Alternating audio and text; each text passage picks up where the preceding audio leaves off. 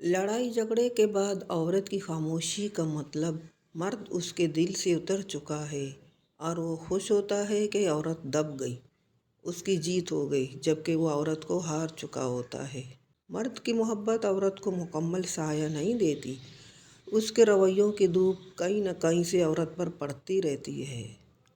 तुम हर किसी को खुश नहीं कर सकते हो, भले तुम किसी के लिए अपना सुकून कितना ही बर्बाद क्यों न कर लो, फिर भी वो शख्स तुम्हारी नीयत या तुम्हारी मुखलिसी में कोई न कोई नुक्स निकाल ही लेगा।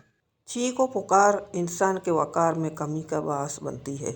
लोगों को अपनी खामोशी से खौफजदा करना सीखो। पैसा वो साबुन है जो आजकल के ज़माने में हर किस्म के दाग साफ़ करता है।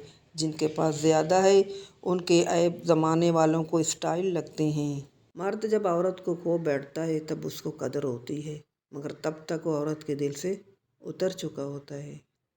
औरत की फितरत है कि वो घर की खातिर बहुत सी कुर्बानियाँ देती है।